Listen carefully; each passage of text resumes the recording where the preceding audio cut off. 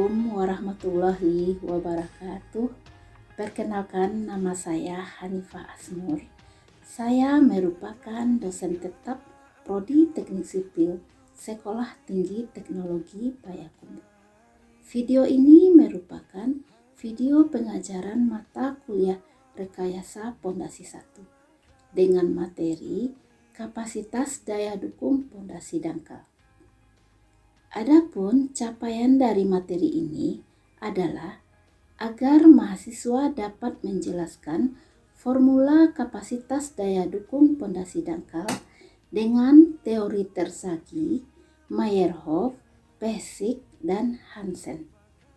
Kegiatan perkuliahan dimulai dengan salam dan dilanjutkan dengan review materi atau pembahasan tugas pada pertemuan sebelumnya. Kemudian dilanjutkan dengan kegiatan inti, yaitu proses penjelasan materi, diskusi, dan tanya jawab.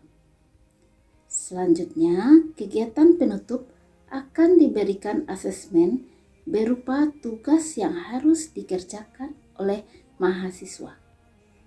Demikianlah yang dapat saya sampaikan. Semoga video ini dapat bermanfaat bagi kita semua. Assalamualaikum warahmatullahi wabarakatuh. Dengan terbawa kata hati melangkah di jalan terang, selalu sadari. Assalamualaikum warahmatullahi wabarakatuh. Waalaikumsalam warahmatullahi wabarakatuh. Baiklah, hari ini kita akan melanjutkan perkuliahan kita, yaitu perkuliahan pertemuan yang ke-6 ya. Sebelumnya Ibu mau review ulang dulu materi kita sebelumnya, yaitu bagaimana kriteria suatu pondasi. Coba jelaskan.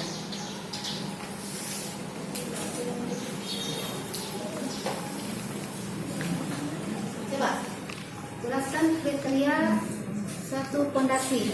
Ya, silakan. Pondasi adalah harus mampu mendukung beban hingga nilai keamanan tertentu. Ya. Kemudian yang kedua, gimana kriteria suatu pondasi?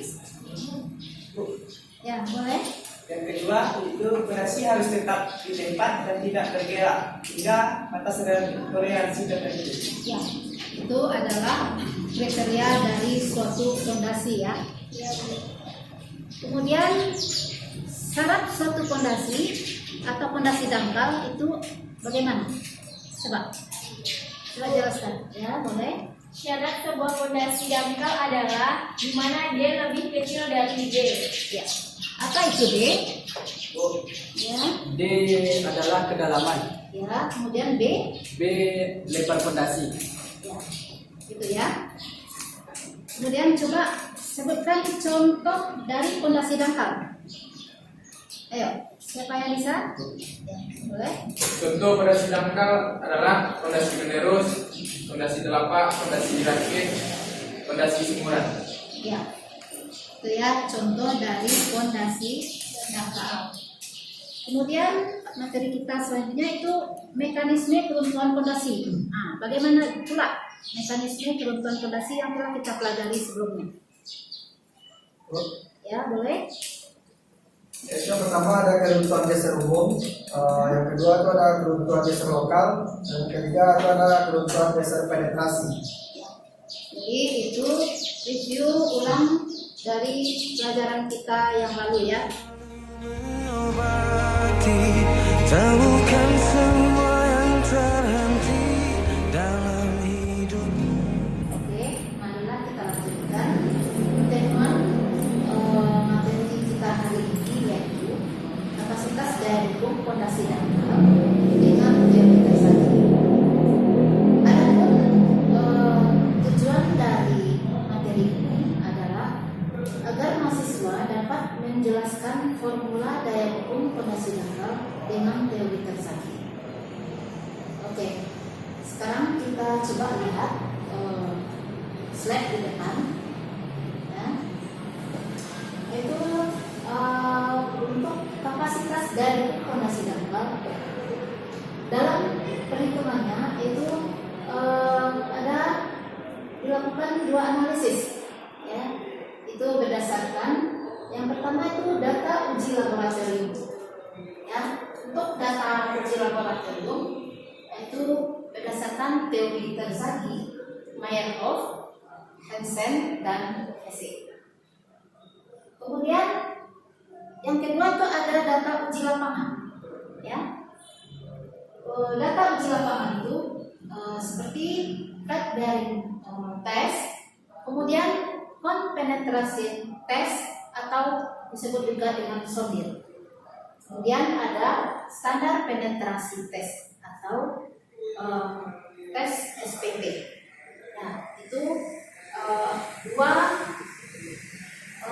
pengujian yang dilakukan untuk analisis atau untuk menghitung daya dukung suatu fondasi. Ya. Kemudian dalam menghitung daya dukung fondasi dangkal berdasarkan teori Terzaghi itu ada anggapan-anggapan. Anggapan tersebut ada 8 anggapan, di mana anggapan yang pertama yaitu tanah homogen isotropik. Jadi itu anggapan yang pertama. Kemudian anggapan yang kedua, mode keruntuhan fondasi adalah general shear failure. Itu anggapan yang kedua. Kemudian yang ketiga, fondasi adalah strip dengan permukaan bawah kasar. Ya. Kemudian yang keempat, bidang keruntuhan geser di atas permukaan tanah diabaikan. Jadi itu anggapan yang keempat dari teori Terzaghi. Kemudian yang kelima, permukaan tanah adalah horizontal. Dan yang keenam, tidak terdapat gaya horizontal moment dan eksentrisitas. Yang ketujuh, fondasi terletak pada kedalaman D kecil dari B. Kemudian anggapan yang terakhir adalah daerah elastis mempunyai sudut batas yang lurus dengan bidang horizontal. Itu merupakan anggapan dari teori Terzaghi. Kemudian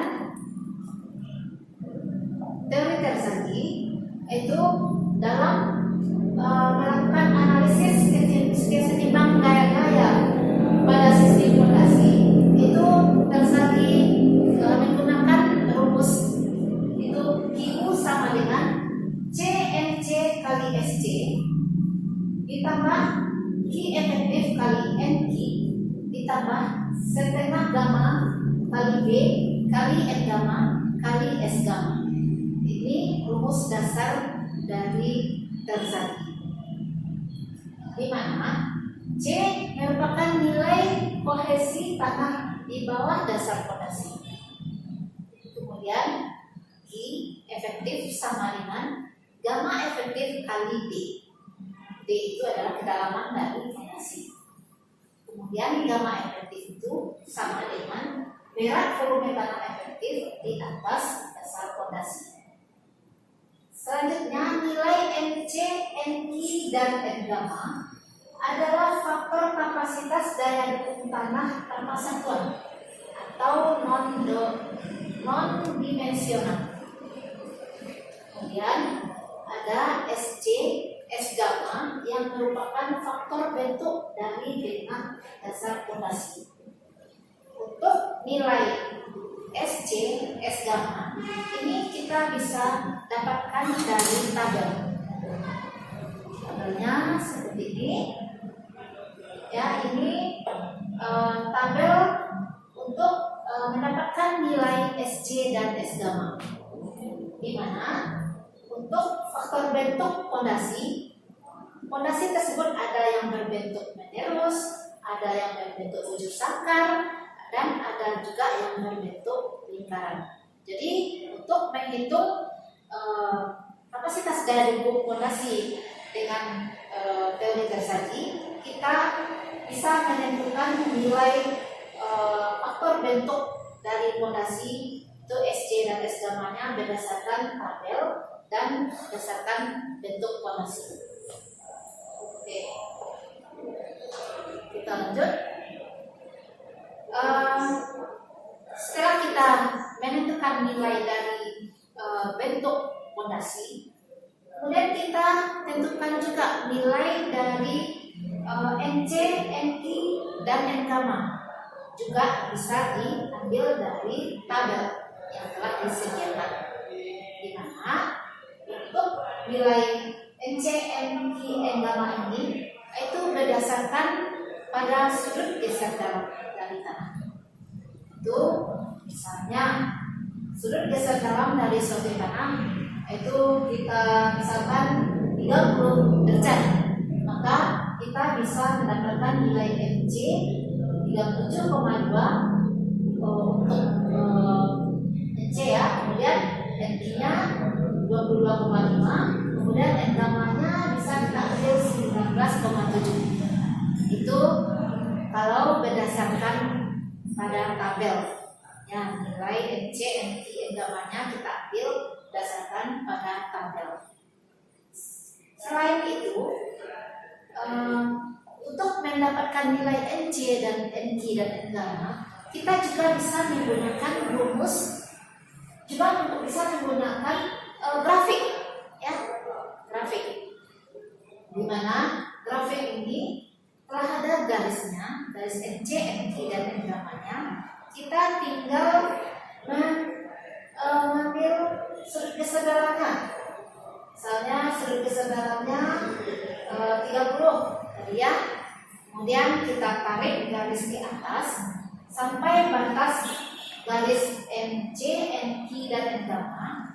Kemudian lalu kita tarik garis ke samping sehingga kita dapatkan nilai faktor daya dukung NC, NQ dan N gamma. Jadi ini selain dari tabel, kita juga bisa menggunakan grafik. Ya. Kemudian selain dari itu, nilai NC, NQ dan N gamma juga bisa berdasarkan rumus. Ya, ini kita masukkan rumus-rumusnya, nilai-nilai ke dalam rumus-rumusnya, dan kita bisa juga mendapatkan nilai NC, NQ dan N gamma. Baiklah, dari materi yang telah dijelaskan tadi, apakah ada yang mau bertanya? Izin bertanya, Bu. Ya, boleh. Silakan. Saya belum paham bagaimana mendapatkan nilai NC, NQ, N gamma dari grafik. Ya. Oke. Siapa yang bisa menjawabnya dengan yang telah dijelaskan tadi? Coba. Oke, Bu. Coba nanti.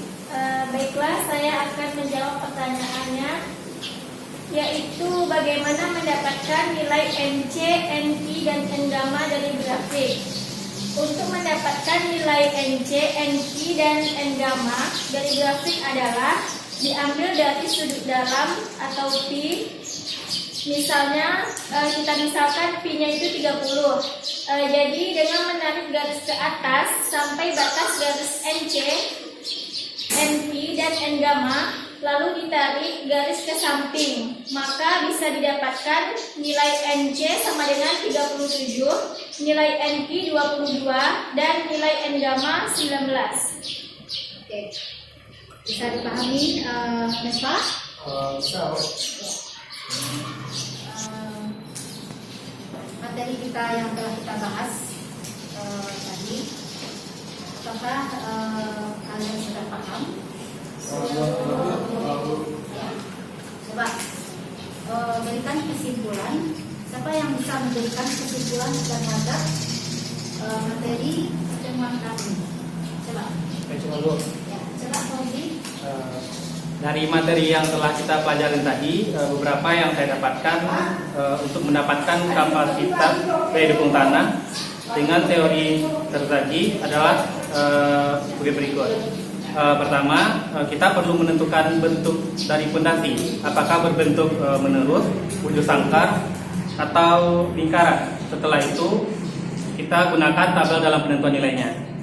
Selanjutnya, yang kedua, kita gunakan nilai faktor daya dukung NC, NQ, dan N-gamma dengan tabel maupun dengan grafik berdasarkan sudut geser dalam tanah atau pi. Lalu kedua nilai tadi kita masukkan dalam rumus tersaji. Oke, apakah semuanya udah paham? Ya, sekarang kita coba untuk membuat tugas ya. Membuat tugas. Coba kalian kerjakan tugas ini di rumah. Kemudian tugas ini kalian kirimkan melalui Google Classroom ya. Silakan untuk mengirimkannya di Google Classroom ya. Oke. Ada yang mau ditanyakan lagi? Oke, baiklah. Kalau tidak ada, jadi kita tutup aja pertemuan kita kali ini. Kita sudahi dengan Assalamualaikum warahmatullahi wabarakatuh. Waalaikumsalam warahmatullahi wabarakatuh.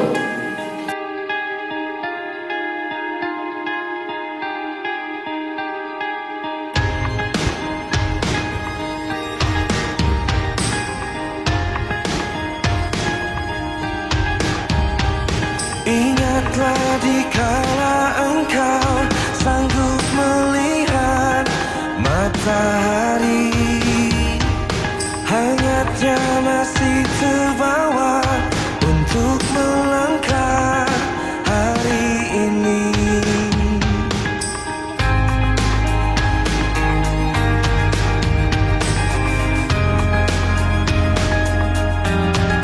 Hapuskan segala keraguanmu, masa lalu takkan melemahkanmu.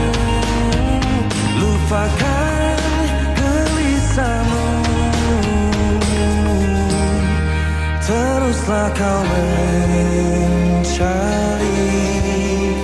Waktu akan selalu mengobati, temukan semua yang terhenti dalam hidupmu. Tak perlu kau